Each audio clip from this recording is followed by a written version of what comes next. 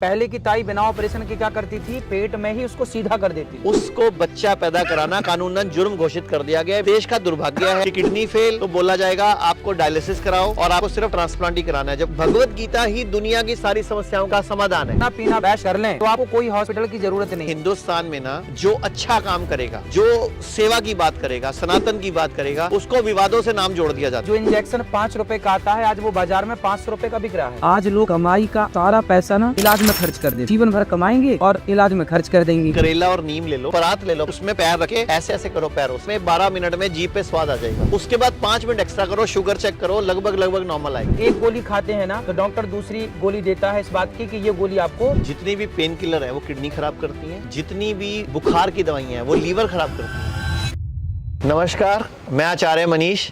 आज मेरे साथ हैं एक शख्सियत जिसको भारत का हर युवा, हर बुजुर्ग, हर बच्चा जानता है आज की डेट में, जिन्होंने अपने सवालों के जवाबों के माध्यम से भगवान श्री कृष्ण के धाम वृंदावन से पूरी दुनिया को जो मैसेज दिया, अध्यात्म के बारे में, संस्कृति के बारे में, ज्ञान के बारे में, आयुर्वेद के बारे में और हमारी सनातन संस्कृति पर खुल के बोलने वाला ऐसा संत मैंने पहली बार देखा। और आज हमारा सौभाग्य है, आज मैं अपने हिम्स मेरठ में हूँ और यहाँ महाराज जी का आगमन हुआ, तो आज मैंने कहा हम मिलकर एक पॉडकास्ट करते हैं। थोड़े दिन पहले मैं वृंदावन गया था तो महाराज जी ने मुझे ऐसे कुर्सी पे बिठा लिया था, आज मैंने महाराज जी को अपने साथ बिठा लिया। तो आप सबका स्वागत है महाराज जी, आपका भी स्वागत है हमारे इस हॉस्पिटल में। धन्यवाद। तो आप बताइए, पूरे देश के लोग आपको देख रहे हैं, आपने इस हॉस्पिटल में, पहली बात तो आपको ये कहीं से हॉस्पिटल लगा? ना, ये तो हॉस्पिटल नहीं है। लोगों की बहुत अच्छी हेल्प कर रहे हैं आप। किसी बीमार व्यक्ति को उसका उपचार हो जाए, वो स्वस्थ हो जाए। डॉक्टर जिस रोग के लिए मना कर देते हैं, कभी ये बीमारी आपकी ठीक नहीं होगी, उसे आप ठीक कर देते हैं। ये बड़ी कृपा है आप पर भगवान की। भगवान ने आपको धरती पे इसलिए भेजा है कि आप जाएं और जिन्हें डॉक्टर कह देते हैं कि अब आपका कोई इलाज नहीं है, ऐसे मरीजों को आप ठीक कर देते हैं। मैंने भी कुछ लोगों को देखा जो बिल्कुल परेशान थे, प्रताड़ित थे डॉक्टरों से। डॉक्टरों ने मना कर दिया कि अब ले जाओ घर में सेवा करो। क्या क्या भयंकर से भयंकर बीमारियां भी यहाँ पे। आयुर्वेद मूल है, आयुर्वेद। देखिए, हमारी जो आयुर्वेद परंपरा रही है वो कोई आज की नहीं है, वैदिक परंपरा है। उसमें जुड़ा है ये आयुर्वेद, मतलब ये एक वेद है। और वेद इतना साइंटिफिक है कि आज पूरी दुनिया पे आयुर्वेद पर रिसर्च हो रहा है।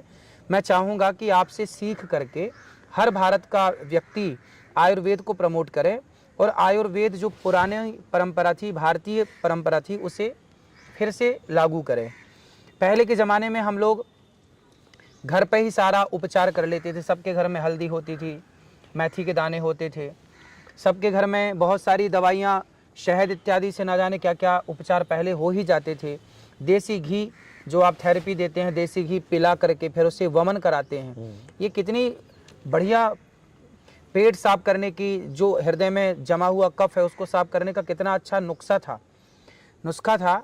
अब ये भूलती चली जा रही है हमारी युवा पीढ़ी। पहले के ज़माने में देखिए, मुझे एक बात अच्छी लगती है पुरानी।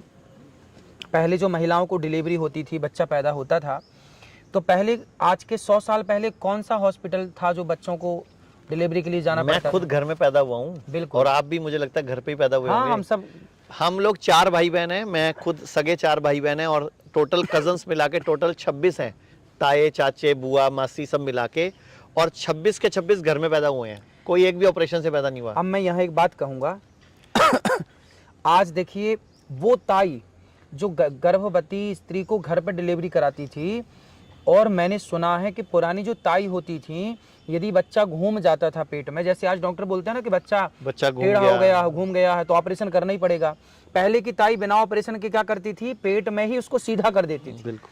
कितना बड़ा विज्ञान था। आज कोई डॉक्टर क्या उस टेढ़े बच्चे को सीधा कर सकता है? सीधा नहीं करता, सीधा पेट फाड़ देता है। तो पहले के ज़माने में भी डिलीवरियां थीं।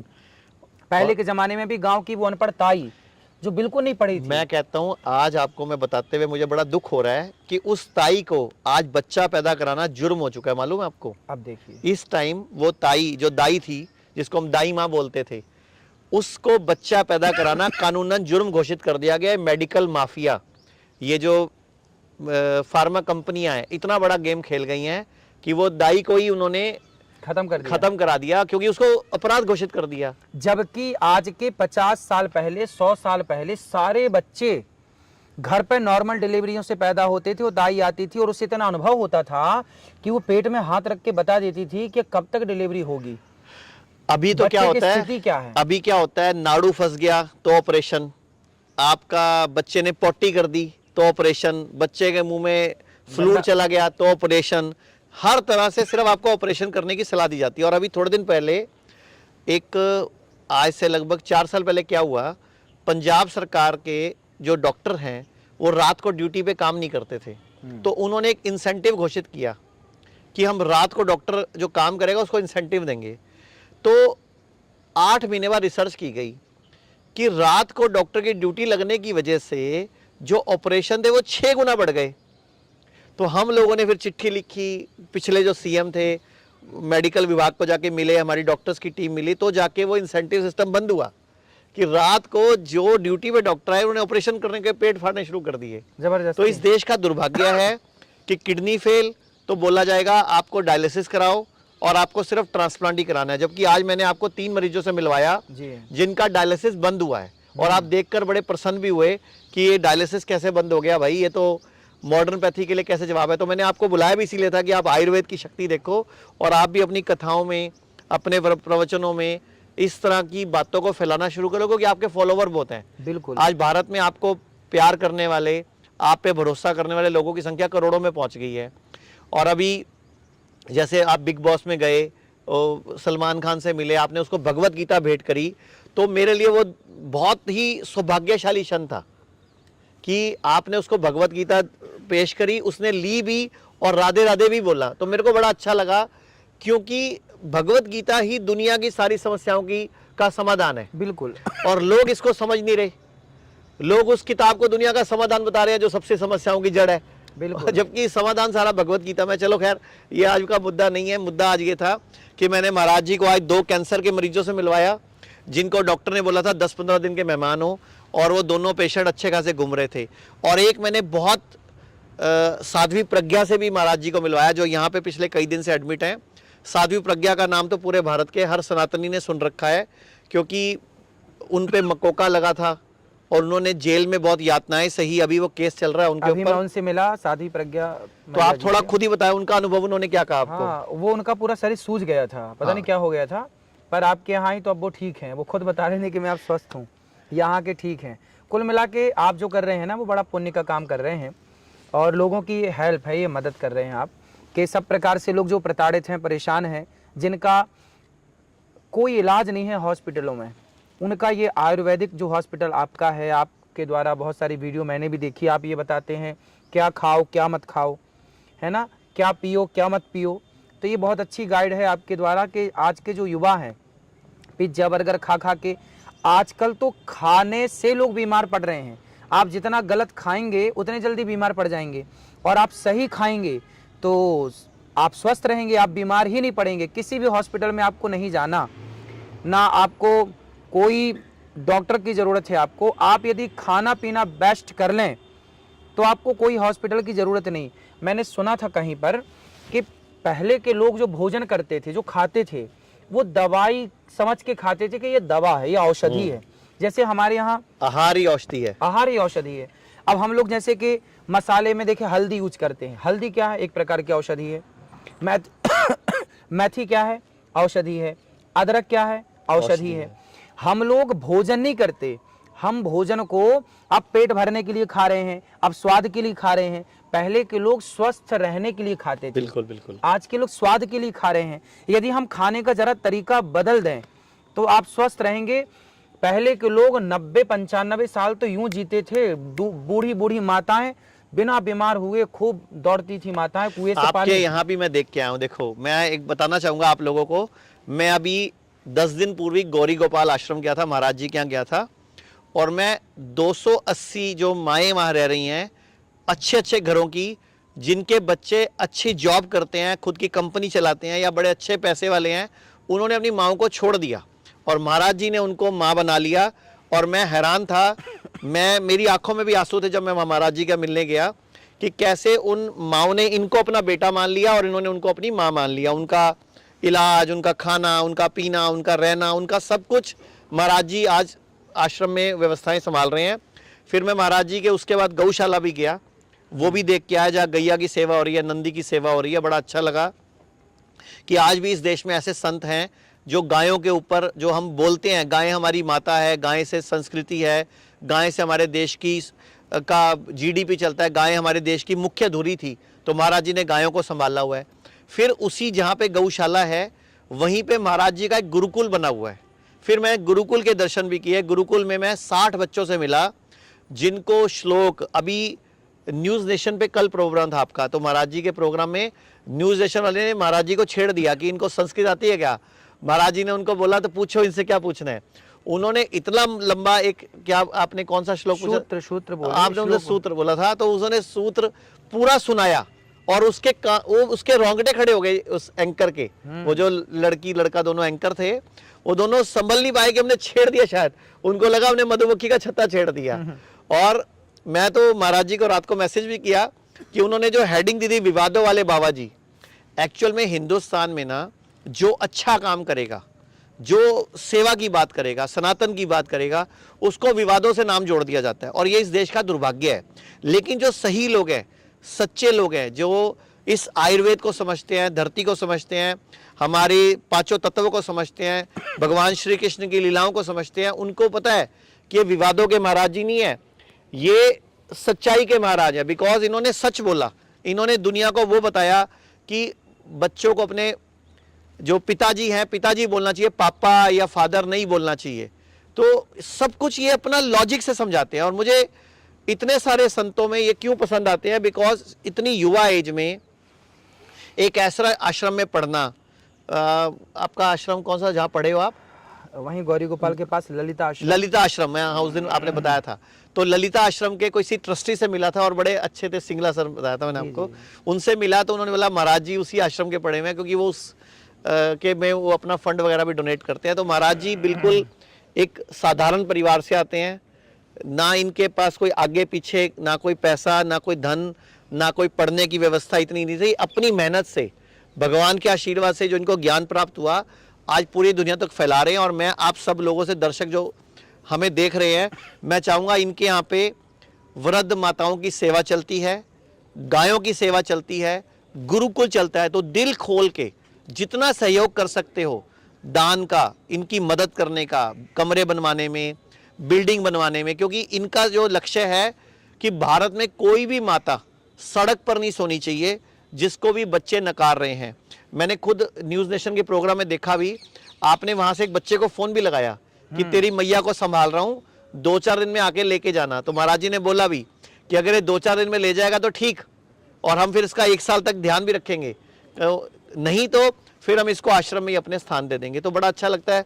और मैंने भी आज इनको प्रण किया है, एक वचन दिया है कि हमसे भी जितना सहयोग हो पाएगा इस गौरी गोपाल आश्रम के लिए, इनके लंगर के लिए। हाँ, लंगर में मैंने एक दो चीज़ें करवाई हैं कि चावल और गेहूं इकट्ठा नहीं खाना, मतलब चावल खाओ तो रोटी मत खाओ, रोटी खाओ तो चावल मत खाओ, ये पथ्य पथ्य में आता है। 2 अन्न एक साथ नहीं खाने होते। एक मैंने महाराज जी को बोला है, वहाँ बड़ा बड़ा लिख के लगाओ, उतना ही ले थाली में, व्यर्थ न जाए नाली में, कि मतलब लोग खाना वेस्ट ना करें। बिल्कुल। और खाने की सेवा चलती है। रोज कितने हजार लोग रोज खाना खाते हैं? 30,000 लोग पर डे। 30,000 लोग वृंदावन में पर डे गौरी गोपाल आश्रम में खाना खाते हैं। माताओं की सेवा, गुरुकुल की सेवा, गैया की सेवा। और अभी महाराज जी के साथ हमारी बात चल रही है कि वहाँ पे एक बहुत बड़ा आयुर्वेद का, नेचुरोपैथी का वृंदावन में हम हॉस्पिटल भी स्थापित करने जा रहे हैं, जहाँ जितने लोग गरीब आएंगे उनकी हम निःशुल्क सेवा करेंगे, और जो लोग दे सकते होंगे उन्हीं से पैसा लिया जाएगा। तो महाराज जी आज आप यहाँ घूमे हो, जैसे आप ये पूरा हॉस्पिटल देखा है, तो आपको कैसा लगा? ये बहुत अच्छा है। और मैं आप सबको बताऊं, आप सबके दर्शकों को, कि देखिए डॉक्टर साहब जो कर रहे हैं ना, ये अपने लिए नहीं कर रहे हैं, देश के लिए कर रहे हैं। जो आयुर्वेद सोया हुआ था, जिसको आज के कुछ लोगों ने दबा दिया नीचे, उस आयुर्वेद को ये फिर से जगा रहे हैं, नीचे से ऊपर ला रहे हैं, ताकि भारत का प्रत्येक व्यक्ति ये जाने कि आयुर्वेद की शक्ति क्या है। यदि हम आयुर्वेद को भूल जाएंगे तो आज देखिए जो इंजेक्शन 5 रुपए का आता है, आज वो बाजार में 500 रुपए का बिक रहा है। बिल्कुल। जो टैबलेट 2 रुपए की बनती है आज वो 200 रुपए की बिक रही है। आप सब जानते हैं कि मेडिकल किस तरह से आज डॉक्टर जिसका ऑपरेशन नहीं भी बनता उसका भी ऑपरेशन किया जा रहा है। आज लोग कमाई का सारा पैसा ना इलाज में खर्च कर देते, जीवन भर कमाएंगे और इलाज में खर्च कर देंगे, कर्जा चढ़ा लेते हैं। प्लॉट बेच देते हैं, मंगलसूत्र बेच के लोग इलाज कराते हैं। दुख तब होता है कि इलाज नहीं हो रहा, मैनेजमेंट हो रहा है, इलाज फिर भी नहीं मिलता, क्योंकि वो एक बार एक बीमारी से पीछे हटता है, नई उस दवाई के साइड इफेक्ट आ जाते हैं। लेकिन मैं आपको धन्यवाद देता हूं इस बात के लिए, और सभी से कहूंगा कि आप भी डॉक्टर साहब की जो बातें हैं वो सुना करिए और फॉलो करिए, क्योंकि ये जो कहते हैं ना कि हमें क्या खाना है और क्या नहीं खाना, ये बहुत अच्छी बातें हैं। कई बार आप वो चीज़ें खा लेते हैं जो आपको नहीं खाना होता, फिर वो चीज़ें आपके पेट में जाकर के आपको साइड इफेक्ट करती हैं और पूरा आपका स्वास्थ्य बिगड़ जाता है। नाना प्रकार की बीमारियां, अधिकांश बीमारियां पूज्य राजीव दीक्षित जी हमारे यहाँ हुए हैं, और राजीव दीक्षित जी को डॉक्टर साहब फॉलो करते हैं। राजीव दीक्षित जी की मैंने यहाँ फोटो भी देखी है, ये हॉस्पिटल में राजीव दीक्षित जी जो करते थे ना, वो बिंदास काम करते थे, बिना दवाई के बिना पैसे के। आप घर पे अपनी रसोई को अपना हॉस्पिटल बना लीजिए। आपकी रसोई में जो जो पदार्थ हैं उनका काढ़ा, अब देखिए जैसे क्या बोला गया, सरकारी गाइडलाइन आई कि आप काढ़ा पीजिए, आपकी इम्यूनिटी पावर आपकी मस्त होगी, मजबूत होगी। तो कहीं ना कहीं हमारी रसोई में हमारे शरीर को बेहतर बनाने के लिए चीजें मौजूद थी। अब क्या हुआ कि हम उन्हें भूल गए, हमने उपयोग करना छोड़ दिया अदरक का, हमने सौंफ का उपयोग करना छोड़ दिया, हमने जीरा पानी पीना, जो नेचुरल जीरा को पानी में भिगो के रखा जाता है वो पानी पीने से जो पेट के लिए बड़ा अच्छा होता है, पेट के लिए अच्छा। अब ये चीजें भूल गई। मूली का रस पीना, चुकंदर का रस पीना, गाजर का रस पीना, और हमारे यहाँ देखिए सारी आज सबसे ज्यादा दवाई पूरी दुनिया में जानते हैं किस चीज की बिकती है, वो है शुगर की दवाई। हाँ। भारत में भी 10 करोड़ पेशेंट है आज, और 13 करोड़ लोगों को बोलते हैं प्री डायबिटिक है, मतलब 10 करोड़ तो पेशेंट बना दिए हैं। हाँ। और 13 करोड़ लोग कहते हैं तैयार खड़े हैं डायबिटिक होने के लिए, प्री डायबिटिक। अब सबसे ज्यादा दवाई ना शुगर की बिक रही, इंसुलिन बिक रही है तेजी से, बिल्कुल। जबकि जरूरत क्या है कि आप बहुत सारे जैसे राजीव दीक्षित जी भी हैं, आप भी हैं, अन्य जो आयुर्वेद को प्रमोट कर रहे हैं, भारत के सोए हुए आयुर्वेद को जगा रहे हैं डॉक्टर साहब, और इन तमाम लोगों का कहना है कि यदि हम करेले का जूस पी लें तो करेले के जूस पीने से ही बहुत सारा हमारा कंट्रोल हो जाता है। मैंने आपको उस दिन बताया था आपके पॉडकास्ट पे कि करेला और नीम ले लो 250 ग्राम, और एक नहीं जो कड़वी नीम खानी नहीं है, हाँ। उसको 250 ग्राम लेके मिक्सी में बीट करके चटनी बना लो, हाँ। और परात ले लो, परात आटा गूंदने वाली, उसमें पैर रख के ऐसे ऐसे करो पैरों से, मतलब खाओ मत। हाँ। 15 मिनट में 12 मिनट में जीभ पे स्वाद आ जाएगा। उसके बाद 5 मिनट एक्स्ट्रा करो, शुगर चेक करो, लगभग नॉर्मल आएगी। अब देखिए बिना इंसुलिन के, जबकि खाई भी नहीं, जबरदस्ती ठूसे जा रहे हैं इंजेक्शन। आप इंसुलिन लगाने की जगह 15 मिनट वो कर लो ना, और 15-20 दिन कर लो, और सूरज डूबने के बाद खाना खाना बंद कर दो, शुगर ठीक हो जाएगी। हम लोग शुगर को बोल नहीं सकते ठीक हो जाएगी, क्योंकि इस देश में कानून लागू है, drug and magic remedy act 1940 में बना था, अंग्रेजों ने बनाया था आयुर्वेद को खत्म करने के लिए। और दुर्भाग्य इस देश का देखिए कि आज भी वो लागू है, जबकि अंग्रेज को गए हुए भारत से 78 साल हो गए, लेकिन लागू आज भी है। एक और दुर्भाग्य इस देश का आपको बता दूं, क्योंकि आप अपने पॉडकास्ट में और अपने सभाओं में बोलोगे, इस देश की एक योजना है, बहुत बड़ी योजना, आयुष्मान योजना, जिसमें कि 5 लाख रुपए तक का इलाज लोगों को फ्री मिलता है। उसका नाम है आयुष्मान योजना, और उसमें आयुष है ही नहीं, मान ही मान है, मतलब ना उसमें आयुर्वेद है, ना योगा है, ना यूनानी है, ना होम्योपैथी है, ना सिद्धा है, सिर्फ एलोपैथी है। आज इस देश के एक बहुत बड़े वकील हैं, एडवोकेट अश्विनी उपाध्याय, आज ही मैंने आपको बताया भी था, आज ही उन्होंने सुप्रीम कोर्ट में जो सीजीआई हैं चंद्रचूड़ जी, उनकी कोर्ट में याचिका एक पीआईएल लगाई है कि आयुष्मान योजना में आयुर्वेद को, आयुष को शामिल किया जाए। हाँ, मतलब ये दुर्भाग्य इस देश का कि 78 साल हो गए देश को आजाद हुए, 7 साल योजना को आए हुए हो गए। तो मोदी जी से अपील है हाथ जोड़ के कि आयुष्मान योजना में जल्दी से जल्दी आयुर्वेद को लेकर आए, और आज उसके लिए पीआईएल डाली है उन्होंने, अश्विनी उपाध्याय जी ने। सरकार को प्रमोट करना चाहिए कि सरकार खुद एक्शन में आए और आयुर्वेद को लेकर आए, क्योंकि आयुर्वेद से हम जितना बेहतर इलाज पा सकते हैं लंबे टाइम के लिए, कोई साइड इफेक्ट नहीं है। अब देखिए एक गोली खाते हैं ना तो डॉक्टर दूसरी गोली देता है इस बात की कि ये गोली आपको साइड इफेक्ट ना देगी, ये गोली से साइड इफेक्ट हो तो उसकी गोली दूसरी गोली देता है ताकि इसको खाने से इसका साइड इफेक्ट रुक जाए। मतलब एक गोली जो है वो आपको इतना परेशान करती है। अभी मेरे गुरुजी हैं, एक गुरुजी हैं, अभी काफ़ी एज हो गई है। वो आए एक बार, तो मैंने उनको दिल्ली में दिखाया। उनके गले में ना कोई दिक्कत हो गई थी, तो उन्होंने लंबे टाइम तक ना पेन किलर खाया। दवा दर्द था तो दर्द में गांव के लोग सीधा दवाई दर्द की गोली खा ली। अब लंबे टाइम का खाते खाते अब डॉक्टर क्या बोल दिया कि आपकी किडनी डैमेज है। अब देखिए जो टैबलेट हैं, जो गोलियां हैं, वो कितना लंबा नुकसान पहुंचा रही हैं कि किडनियां खराब कर रही हैं। जितनी भी पेन किलर है वो किडनी खराब करती हैं, जितनी भी बुखार की दवाइयाँ हैं वो लीवर खराब करती हैं। आपको पता है जितनी भी एलोपैथी की रिसर्च होती है चूहों पे होती है। पहले चूहे को बीमार किया जाता है, फिर उसका इलाज किया जाता है। आपको पता है चूहे का लीवर खराब कैसे करते हैं? बुखार की दवाई 3 दिन लगातार सुबह दोपहर देते हैं और 3 दिन में चूहे का लीवर बैठ जाता है। इतनी खतरनाक गोली है। मैंने आपके पॉडकास्ट में बताया था कि दुनिया की सबसे खराब गोली है बुखार की गोली, जो हम भारत में बच्चों को बड़ों को प्रसाद की तरह बांटते हैं। बुखार हुआ ले गोली, बुखार में नाम नहीं ले रहा गोली का, क्योंकि आपको पता है कंपनियां नाराज हो जाती हैं। लोगों को समझ आ गया होगा बुखार की एक ही गोली है भारत में। तो बुखार की गोली से पहले लीवर खराब करते हैं, फिर उनका इलाज करते हैं। ऐसे ही फिर चूहे की किडनी खराब करते हैं पेन किलर से। पेन किलर खिलाते हैं 7 दिन तक और चूहे की किडनी खराब हो जाती है, फिर चूहे पे ट्रीटमेंट शुरू होता है। तो ये इस देश का दुर्भाग्य है कि जिस दवाई से चूहे का लीवर खराब होता है, चूहे की किडनी खराब होती है, वो हमारे यहाँ प्रसाद के रूप में बढ़ती है। इवन कि जब वो जो 2 सुइयां लगी प्यार वाली, तो सब डॉक्टरों ने वो साथ में गोलियां भी बांटी कि बुखार चढ़ेगा ये गोली खा लेना। तो इस देश का दुर्भाग्य है, बट फिर भी उम्मीद है कि ये जो सरकार चल रही है ये जरूर कुछ ना कुछ ऐसा करेगी जिससे आयुर्वेद की उन्नति होगी। और अभी मोदी जी ने आयुर्वेद के लिए बहुत बोला भी है। अभी कीनिया के एक राष्ट्रपति हैं ओलिंगा जी, पिछले वाले, उनकी बेटी की आंखों की रोशनी चलेगी। तो यहाँ वो वीडियो भी दिखा देंगे, बीच में मैं वीडियो इसमें डाल दूंगा पॉडकास्ट में।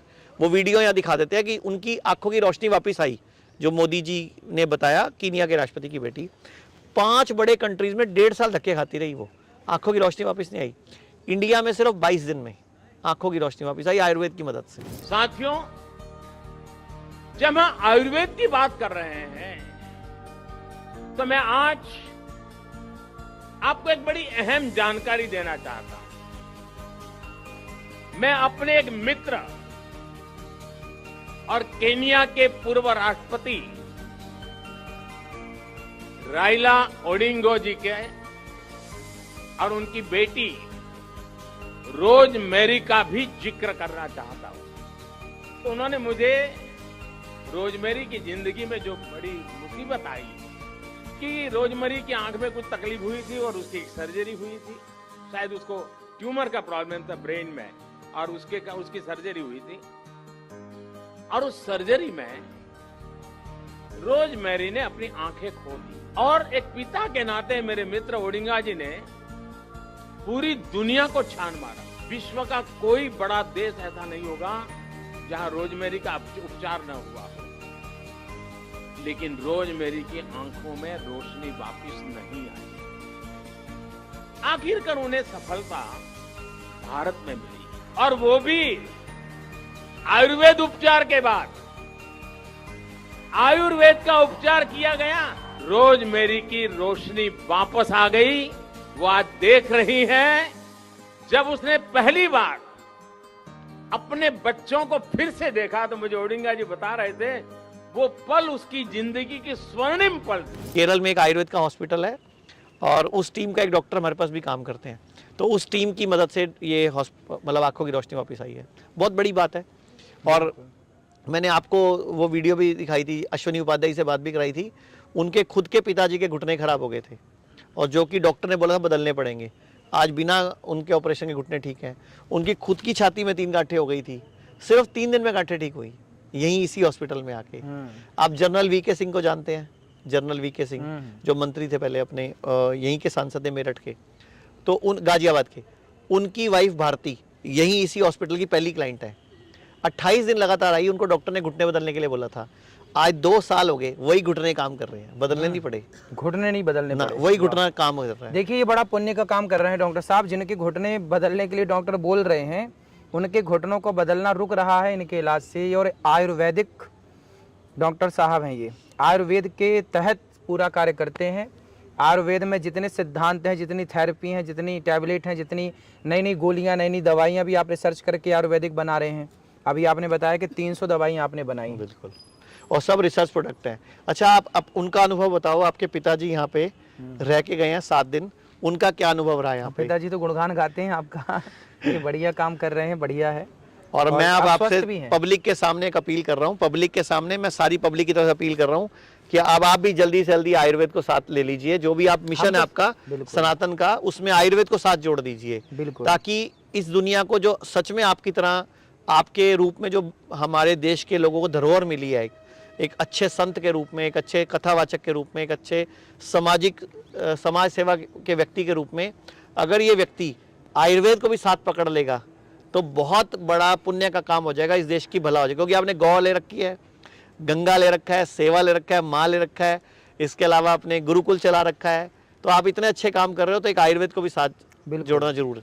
अब गौरी गोपाल एक आयुर्वेदिक हॉस्पिटल विचार करेंगे आपके साथ, और आप ही उसको जो निःशुल्क ज़रूरतमंद गरीब तबके के लोग हैं उनकी सेवा निःशुल्क होगी, निःशुल्क करेंगे, ताकि अच्छा से अच्छा हम समाज की सेवा कर पाएँ। देखिए, हम सबको सब छोड़ के यहीं जाना है, लेकिन जितना जीते जी समाज का भला हो।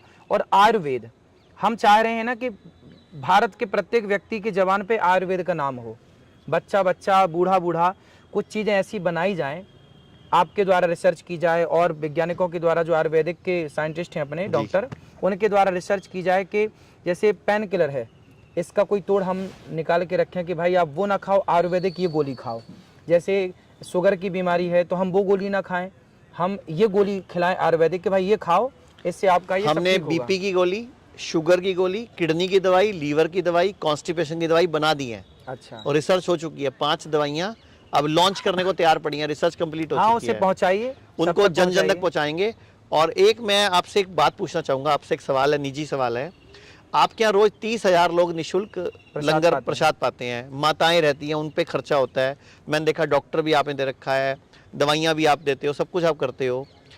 इसकी व्यवस्था कई बार ऐसा टाइम नहीं आता जब अटक जाती हो, जब किसी से डोनेशन नहीं आए या दान व्यवस्था नहीं आए, तो थोड़ी अटकती है ना, तो क्या आप जनता को बोलना चाहोगे? हमारे देश में एक प्रावधान होता था दसवंध निकालने का, पहले हर बंदा 10वां हिस्सा निकालता था अपनी इनकम का। तो आप अपील करते हो अपने मंचों से ऐसी कि तुम लोग भी अपनी नेक कमाई का 10वां हिस्सा निकाला करो? देखिए, आप सब लोग सहयोग करते हैं, तो आप सबके सहयोग से ना गौरी गोपाल आश्रम में 290 वृद्ध माताएं तो वर्तमान में हैं, और अधिक माताएं जिनके बेटे घर से निकाल देते हैं, बेटियां घर से निकाल देती हैं, फुटपाथ पर सोती हैं, ऐसी माँओं को उठा के गौरी गोपाल में रखा जाता है। डॉक्टर साहब ने देखा है, और उनके देखने के बाद डॉक्टर साहब ने ही बोला कि इनके देखने के बाद, इनसे मिलने के बाद आंखें गीली हो गई। तो ये जो माँओं की पीड़ा है ना, शायद आप लोग समझते हैं, और आप लोगों के थोड़े थोड़े सहयोग से इन माँओं की सेवा होती है। उनके रहने की, खाने की, कपड़े की, मंजन की, ब्रश की, साबुन की, तेल की, सब व्यवस्थाएं। 150 बच्चे हैं गौरी गोपाल गुरुकुल में, जिन बच्चों को निःशुल्क रखना, उनका भोजन, उनका कॉपी किताब बैग सब निःशुल्क। 400 से अधिक गौ माता हैं। 30,000 लोग पर डे प्रसाद पाते हैं गौरी गोपाल जी की रसोई में। वृंदावन धाम में कोई भी आओ, सबको पेट भर भोजन मिलता है। इससे बड़ी समाज की और क्या सेवा हो सकती है। मेरी जितनी बुद्धि है, जितनी समझ है, उतनी समाज की सेवा करता हूँ। अब एक सेवा और डॉक्टर साहब ने कही कि वो भी करनी है, और आयुर्वेदिक एक हॉस्पिटल बना करके, जो हमारी वृद्ध माताएं हैं ना डॉक्टर साहब, हमारी 290 माएँ हैं ना, रोज़ कोई ना कोई माँ को हॉस्पिटल जाना पड़ता है। और यदि आप एक हॉस्पिटल वृंदावन में बना देंगे ना, तो हमारी माँओं की बड़ी भलाई हो जाएगी कि वो उसमें इलाज करा के स्वस्थ हो पाएंगी। लाखों का खर्चा मैं स्वयं माँओं के लिए हॉस्पिटल पे निकालना पड़ता है। अब बूढ़ी माएँ हैं सारी, रोज़ कोई ना कोई माँ परेशान है, रोज़ कोई ना कोई माँ हॉस्पिटल में जाना ही जाना है। हमारी माँओं को भी, बहुत सारी वृद्ध माँओं को, किसी को शुगर की, किसी की फला बीमारियां हैं, तो आपके द्वारा वहाँ पे एक व्यवस्था बन जाएगी ना। तो मैं आज से ही कैमरे के माध्यम पे आपको एक वचन देता हूँ। हमारा मथुरा में एक क्लिनिक है, छोटा ही है, अभी बड़ा नहीं है। मैं मथुरा क्लिनिक का डॉक्टर की ड्यूटी लगाता हूँ कि हर हफ्ते एक दिन वो आपके आश्रम में लगाए, हर माता का चेकअप करे, मिले जुले, उनका खाना पीना ठीक करे, और उनको जो भी आयुर्वेदिक मदद होगी वो सब मैं करूँगा। लेकिन मैंने आपसे जो सवाल पूछा था वो ये पूछा था, आप इतनी सारी सेवाएं कर रहे हैं, इसके लिए धन का प्रबंधन करने के लिए इस समाज के दिमाग में कुछ ऐसा डालो ताकि अपनी नेक कमाई का वो एक हिस्सा डोनेशन दें। कमाई का ना 5% 7% हमें पुरानी परंपरा थी तो 10, पर 10 नहीं तो आप 5% भी निकालें तो ठीक है। देखिए आप जब जो कमाते हैं ना तो आप कमाई का कुछ हिस्सा सरकार को देते हैं टैक्स के रूप में। यदि आप टैक्स नहीं देते तो सरकार की नज़र में आप चोर कहलाते हैं, टैक्स चोर कहलाते हैं आप। उसी तरह जो ईश्वर है वो भी एक सरकार है, परमात्मा एक सरकार है, सबकी सरकार राधा रानी है, भगवान है। तो भगवान को भी टैक्स देना पड़ता है। कौन सा टैक्स? कि आप किसी भूखे को भोजन कराएं, किसी बेसहारा को सहारा दें, किसी निर्धन का विवाह करा दें। उसी तरह के कार्य जो गौरी गोपाल में होते हैं। जो माँ बाप गरीब हैं, जो अपने बच्चों को पढ़ा नहीं पाते तो गौरी गोपाल गुरुकुल में उनको पढ़ाया जाता है। तो आप थोड़ा थोड़ा योगदान देंगे तो बच्चे पढ़ पाएंगे। बेसहारा माएँ जो फुटपाथ पे हैं उनको उठा के गौरी गोपाल में रखा जाता है। आप सपोर्ट करेंगे तो माँ को भोजन मिलेगा। माँ को तो भोजन मिल जाएगा पर आपको पुण्य मिल जाएगा कि आपकी कमाई का कुछ हिस्सा किसी बेसहारे को सहारा देने में खर्च हुआ, किसी माँ को रोटी देने में खर्च हुआ, किसी माँ को दवाई देने में खर्च हुआ, किसी माँ को छाया देने में खर्च हुआ, वस्त्र देने में खर्च हुआ। तो आपके सबके सहयोग से गाय को चारा देने में खर्च हो जाएगा। तो आप थोड़ा थोड़ा अपनी कमाई का कुछ कुछ हिस्सा वृद्ध माँओं की सेवा में ज़रूर दें। गौरी गोपाल आएँ और अपनी आँखों से पहले वहाँ की सेवाएं देखें, और देखने के बाद जैसे डॉक्टर साहब संतुष्ट हुए ऐसे आप भी संतुष्ट हों कि गौरी गोपाल में जो आपको दिखाया जा रहा है, जो आप सुनाया जा रहा है, क्या वो सही है। तो आप अपनी आँखों से देखें, किसी के कहने से बिल्कुल नहीं। आप मेरे कहने से भी मत बिलीव करिए, आप गौरी गोपाल आओ और आके देखिए किस तरह माँओं की वहाँ सेवा होती है। आपको एक चीज़ बता दूं कि आज मैनेजमेंट की बहुत बड़ी बड़ी पढ़ाइयाँ होती हैं, लेकिन जब आप आएंगे गौरी गोपाल के मैनेजमेंट को देखेंगे तो आप खुद आश्चर्य करेंगे कि 30,000 लोगों को किस तरह भोजन मिलता है, किस तरह 290 माँओं की वहाँ प्रॉपर व्यवस्था होती है, किस तरह 150 बच्चे पढ़ रहे हैं। और सोचिए कि जो 150 बच्चे पढ़ते हैं, उन 150 बच्चों को जो पढ़ाने वाले हमारे शिक्षक हैं, जो गुरुजन हैं, एक एक गुरुजन जी की जो सेवा है महीने की 50,000 रुपये देना है।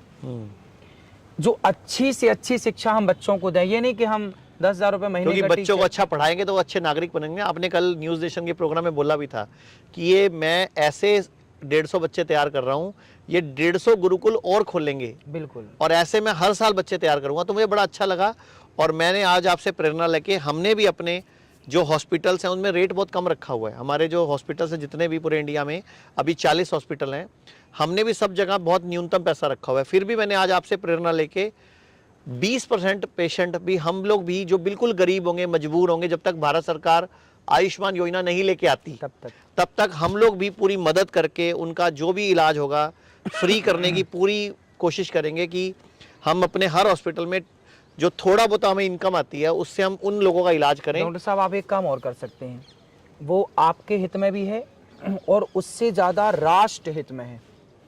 वो काम ये होगा कि आप एक ना आयुर्वेदिक कॉलेज बनाइए, एक शिक्षा प्रणाली लेके आइए जो ऐसी हो कि आप बच्चों को डॉक्टर बनाएं, आयुर्वेदिक डॉक्टर की शिक्षा आप दिलवाएं, अच्छे प्रोफेसर तैयार करिए, अच्छे लोगों को लाइए और एक अपनी तरफ से, ताकि भारत के कोने कोने में फिर वो आपके द्वारा जो कॉलेज में डॉक्टर तैयार होंगे वो क्या करेंगे, हर छोटे बड़े शहरों में जाएंगे। बिल्कुल। और एक आपका एक हॉस्पिटल हर छोटे शहर में होना चाहिए, एक बड़े शहर में होना चाहिए। उसके लिए आपको डॉक्टरों की रिक्वायरमेंट तो लगेगी, तो एक अपना खुद का आपने हॉस्पिटल तो बनाया है, एक कॉलेज बनाइए।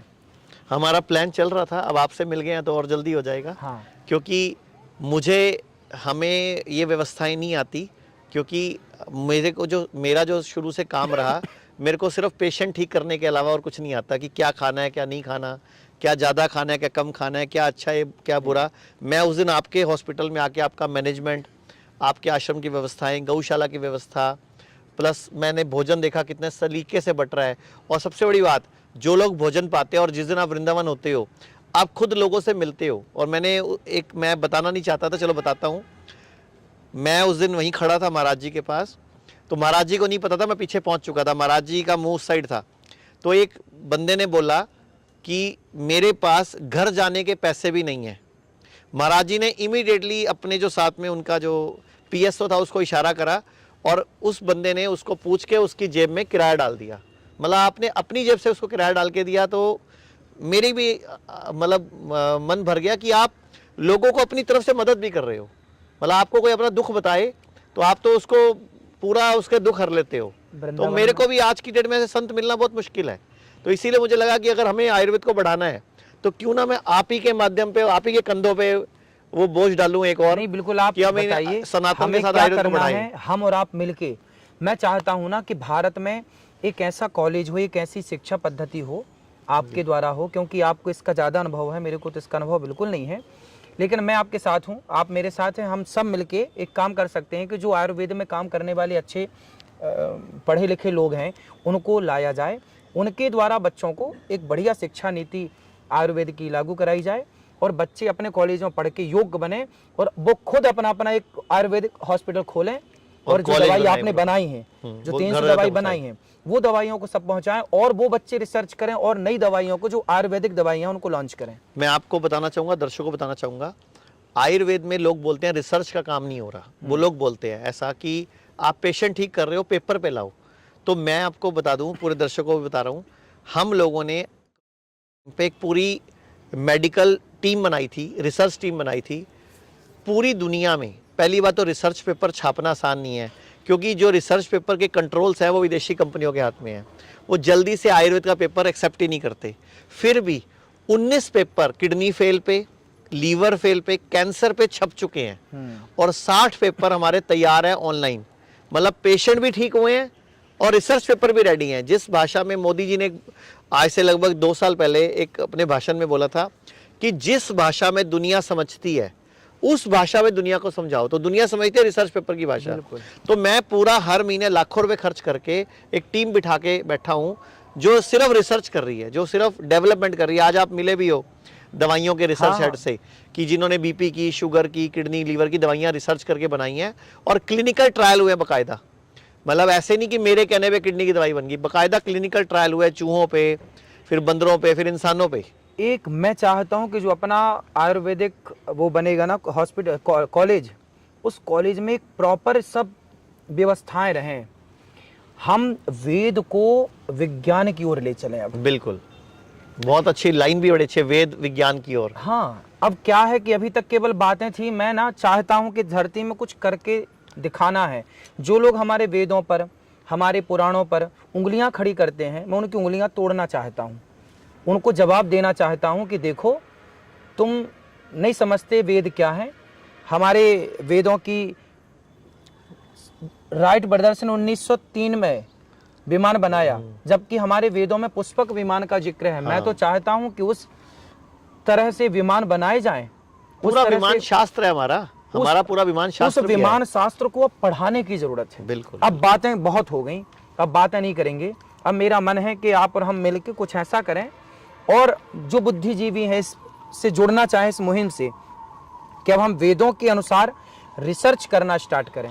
तो मैं लोगों से बोल देता हूँ, ये पॉडकास्ट के लास्ट में अगर आप चाहते हो महाराज जी और हम मिलके बहुत बड़ा कुछ करें, तो नीचे वाई लिख दो और शेयर कर दो। और जिनको लगता है नहीं करना चाहिए हमें मिलके काम, तो वैन लिख देना पता भी लग जाएगा कितने लोग आपको प्यार करते हैं, कितने लोग मुझे प्यार करते हैं। वैसे तो आपके लाखों करोड़ों फैंस आप हैं भी मेरे। बहुत अच्छा कार्य कर रहे हैं और आपको भगवान दीर्घजीवी बनाए, यूं ही करते रहे। भी बहुत काम करना, हम सबको अपनी आयु पूरी होने के पहले, मरने के पहले हम देश को कुछ देकर जाए, देके जाएं, आयुर्वेद देके जाएं, सनातन देके जाएं, हमारे शास्त्र देके जाएं। वेद से विज्ञान कैसे कन्वर्ट होता है, कैसे वेद से विज्ञान।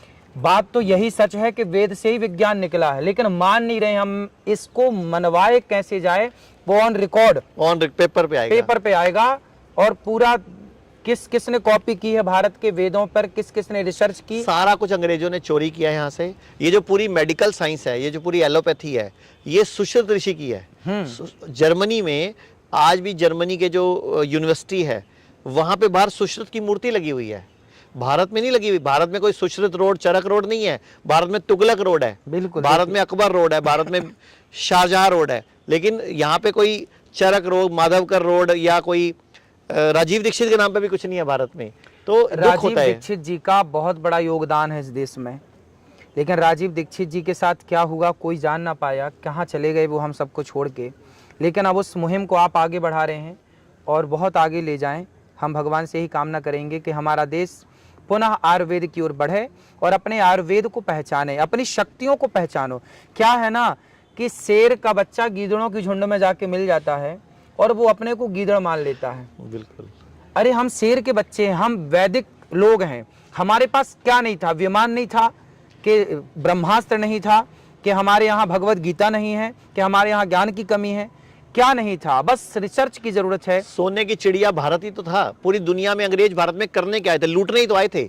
अच्छा एक बात बताओ, किसके घर पे बार बार आक्रमण होता है? जिसके घर में कुछ होता है। क्यों मोहम्मद गोरी इतनी बार भारत को लूटने आया? क्यों कुतुबुद्दीन ऐबक और कितने जड़े पुराने शासक, क्यों नालंदा यूनिवर्सिटी जलाई? क्यों उसने हमारी तक्षशिला जलाई? इसलिए जलाई ना, क्योंकि उसको लगा इसमें उनके मतलब की कोई बात नहीं है, ये आपकी पांडुलिपियां हैं, आपका आयुर्वेद है, आपकी सनातन की बातें हैं। तो ये सब लोग शुरू से चिढ़ते हैं भारत से, इसलिए भारत को नीचा दिखाने की कोई भी मौका नहीं छोड़ते। तो अब वक्त आ गया सारे भारतीयों को, सनातन को मानने वालों को, आयुर्वेद के मानने वालों को एक होने की जरूरत है कि पूरी दुनिया तक भारत का प्रचार, भारत का विज्ञान पहुंचाना है। और मैं 2-3 बातें आपके माध्यम से महाराज जी बताना चाहूँगा। जितने भी लोग बीमार हैं, आप लोगों को एक खुशखबरी देना चाहूँगा।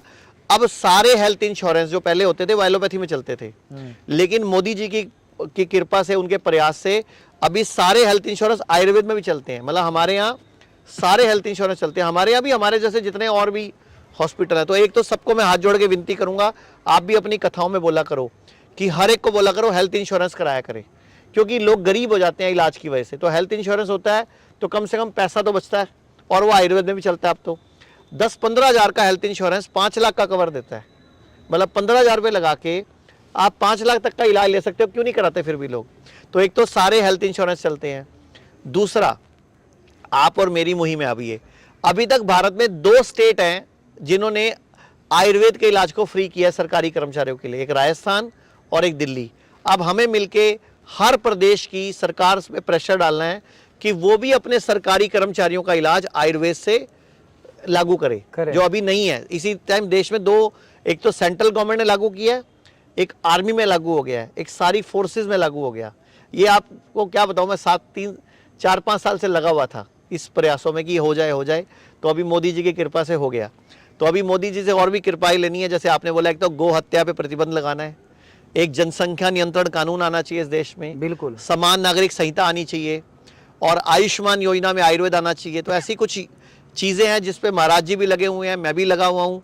अब मिल के लगेंगे तो बहुत अच्छा और करेंगे। बिल्कुल। धन्यवाद, बहुत बहुत धन्यवाद आपका। अगर आप वीडियो में कही गई बात से सहमत हैं तो वाई टाइप करें। अगर आप कही गई बात से सहमत नहीं हैं तो एन टाइप करें।